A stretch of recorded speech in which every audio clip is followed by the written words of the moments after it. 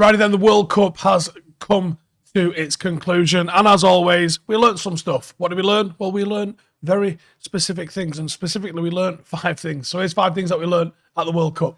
Number 1, quite surprising parity. What's been good to see in the World Cup is actually how close and how competitive some of the games were. Yes, there was some arse kickings that was dished out. There were some very high scoring games in the groups.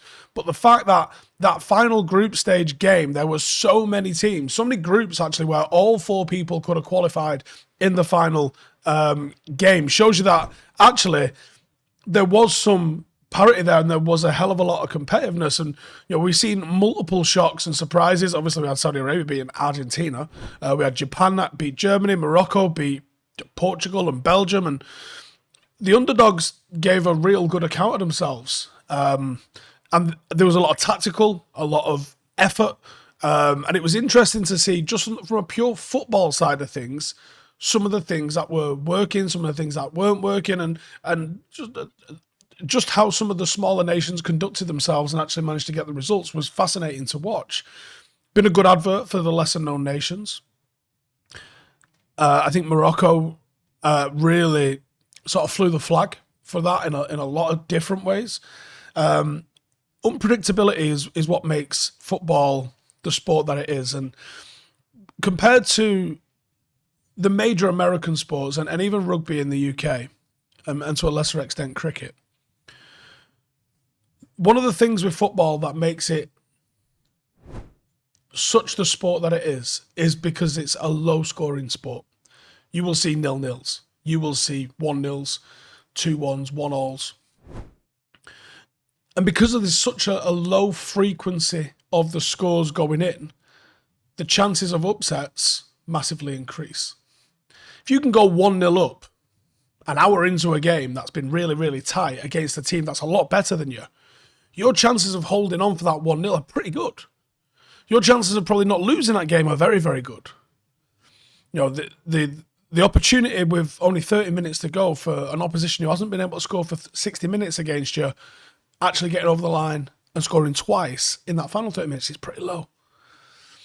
And that's why you see so many shocks and upsets. When it's basketball and you've got 50 scoring opportunities per game to get you anywhere near your 80, 90, 100 score lines.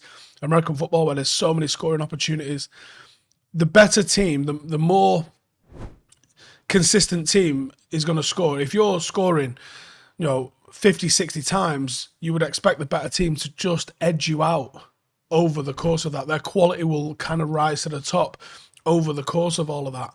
But when it's a 1-0 game, and as you see, these things are decided on an absolute knife edge. And I think that really brought the lesser nations actually having a good go at it, really brought a pretty wholesome effort, I thought, to the World Cup that has had a lot of doubters and a lot of criticism.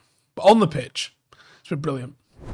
Number 2, breakout stars. As always, right or wrong, at World Cups, there are always stars that are born and players that are thrust forward into the limelight and gems are unearthed, and it's an opportunity for people to watch players that you might not get a chance because they play in a league that you don't really have a lot of access to.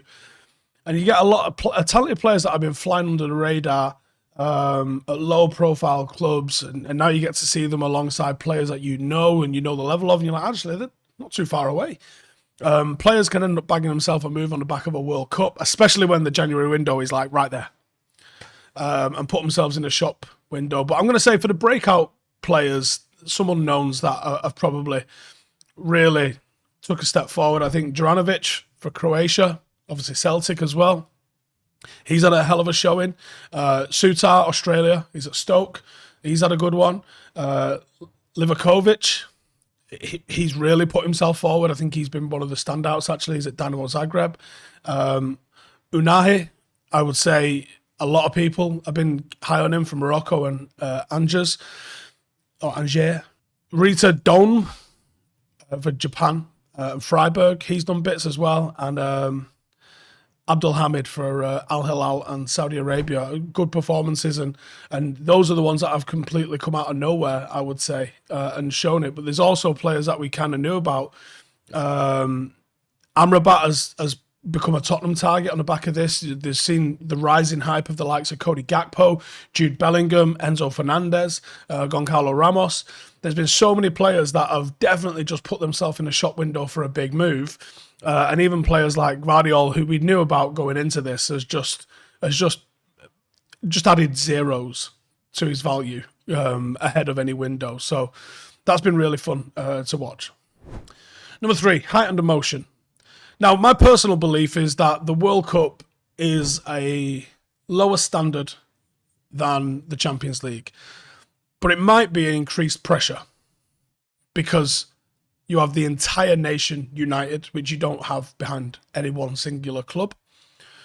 The fact that they're so rare, they only come around every 4 years, whereas obviously there's 4 Champions League attempts to every single World Cup attempt. The fact that you can't move nations, the fact that you're locked into whatever nation you have. There's been a real, especially for me, because I don't really care about England. I don't wish them ill. Some people twist that a little bit. I don't want them to fail. I just don't care if they do as much. Like, I don't want Japan to fail. I have no fucking links to Japan whatsoever. I don't want any nation to fail. I just don't care necessarily if they do. But for all the backlash, the level and the pace of international football gets, and criticism that I even give it as well, the passion that is on show and the commitment and what it means to players is undeniable. We've seen tears from Ronaldo, Neymar, Suarez. I mean, some of them cry pretty often, but either way, we saw some joy from Korea, Japan, Morocco, Australia during their upset wins. Fans and players. We've seen absolutely wonderful emotion from people, and that's what it's all about. The togetherness, the integration of different cultures through fandom has been brilliant. I've experienced a ton of different fan cultures, and one thing I'll always do, I will never just sit in my seat and observe from afar. I want to go and get my hands dirty. I want to go and get in the mix with as many fans as I can. I want to go and talk to people. I want to go and ask them about their supporting, find out where they're from. And I think a World Cup gives you the opportunities to do that. Where am I going to mingle with Senegalese fans and Portuguese fans and Japanese fans and Uruguayan fans? It just isn't something that you come across in Manchester on a week-to-week basis. Sport really does combine and connect people no matter where you're from. And I think one of the great things about a World Cup, like I bag on international football, the target of that mainly is the international friendlies that disrupt the flow of the Premier League for bullshit reasons. What is the point in playing teams ranked hundreds of places below you? If you put it into the English league system, some of these nations that England are playing in friendlies are ranked closer. If you put it from like the English football pyramid, some of these are ranked closer to Paddock than they are to United. Do you know what I mean? What is the point? If United were coming out and playing teams in Paddock's league every week for a friendly and not playing United matches for it, you'd be like, what are you doing, lads? What is the point? Number 4, legacies. Now, the World Cup gives you the chance to see the greats of the generation. And the greats of this generation, Neymar and Mbappe aside, have felt like they're at the back end of their careers. Lewandowski, Ronaldo, Messi, Modric. The players that we are watching at this World Cup are the ones where it's been the curtain call on their international careers, you would assume. One of them is probably going to end up playing in the next one, I'm sure, but you would assume we've probably seen the last of probably all of those players. World Cup performances and silverware have forever been a bit of a pinnacle of judgment. I think the World Cup is super inflated in terms of how people judge it when judging a player's career.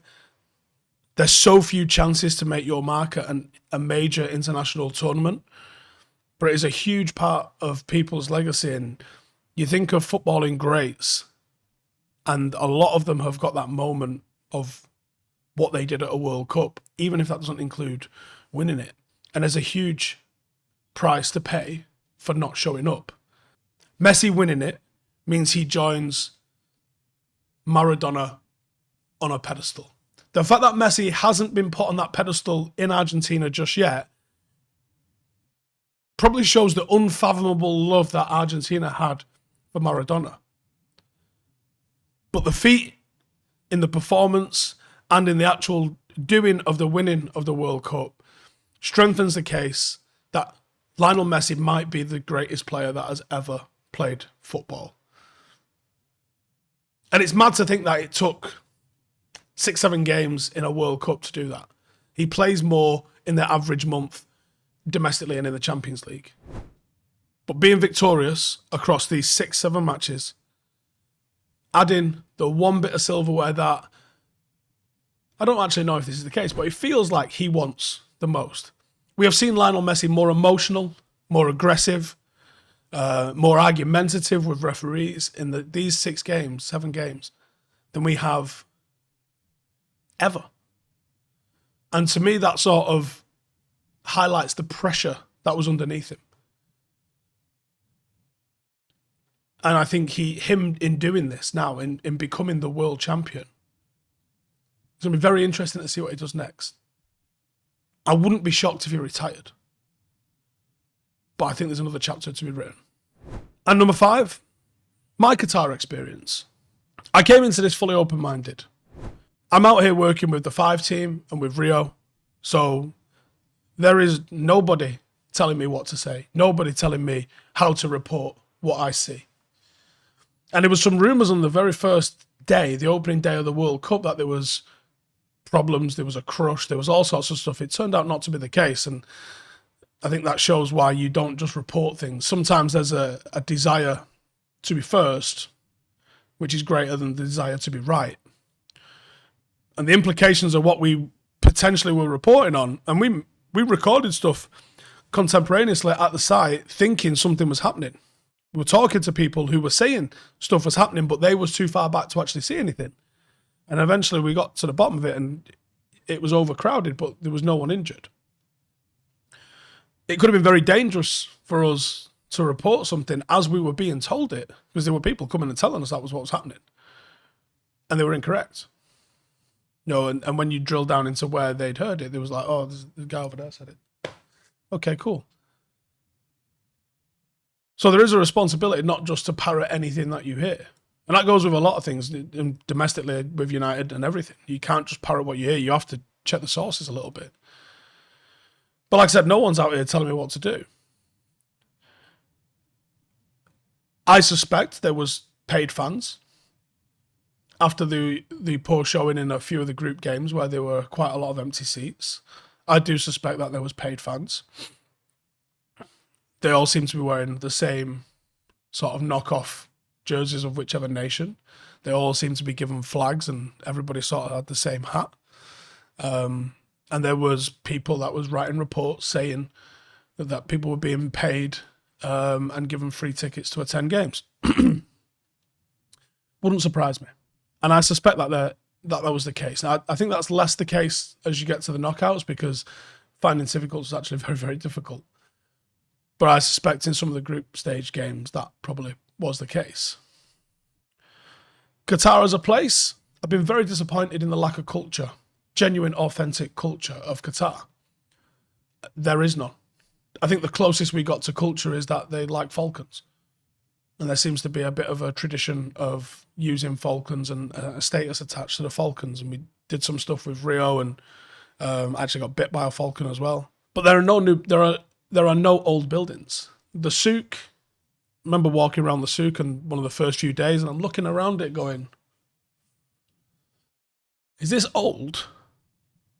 Or is this Alton Towers old? Well, you can kind of see that they've washed a brilliant white wall with a bit of dust and mud to sort of make it look old. And the floors were very straight. And this one, I think, I couldn't actually describe this without when you see it, you know an author. If you've ever been to somewhere like York, the centre of York, where York Minster is, there's some shit that's been there for hundreds and hundreds and hundreds of years, and even though the pavements are built out of stone, and some of that stone has been there a long, long time, there's a shininess to it and a smoothness to it because it's been walked on by people for years and years and years. And there was a sharpness to edges around the souk that didn't add up for something that was purportedly very, very old. And then I Googled it, and it turns out they refurbished it in 2006. But there are no old buildings. Everything is a new building. It looks like a sunny Canary Wharf. It looks like Media City in Manchester, or Salford, technically. I'm not sure I met more than one Qatari person out here. Every single person is a migrant. And I learned that Qatar is so wealthy, you basically just get paid. There's like a universal income for being Qatari, and it's a lot of money. And it's potentially a million if you get married, which is mental. So Qataris don't have jobs and they don't interact with people. And they have jobs that provide them status because everyone's got money. So they do a lot of government work and things like that. Favorite moment? Realizing I'm lucky enough to, through you guys watching my fucking utter wibble, to even come to a World Cup and being grateful for that opportunity. I don't know if I can call that a favourite moment, but there's like a bit of a realisation of, I'm very lucky to do this. I know that. And I was outside of that, like if I had to pick because that's not really a moment, is it, I guess?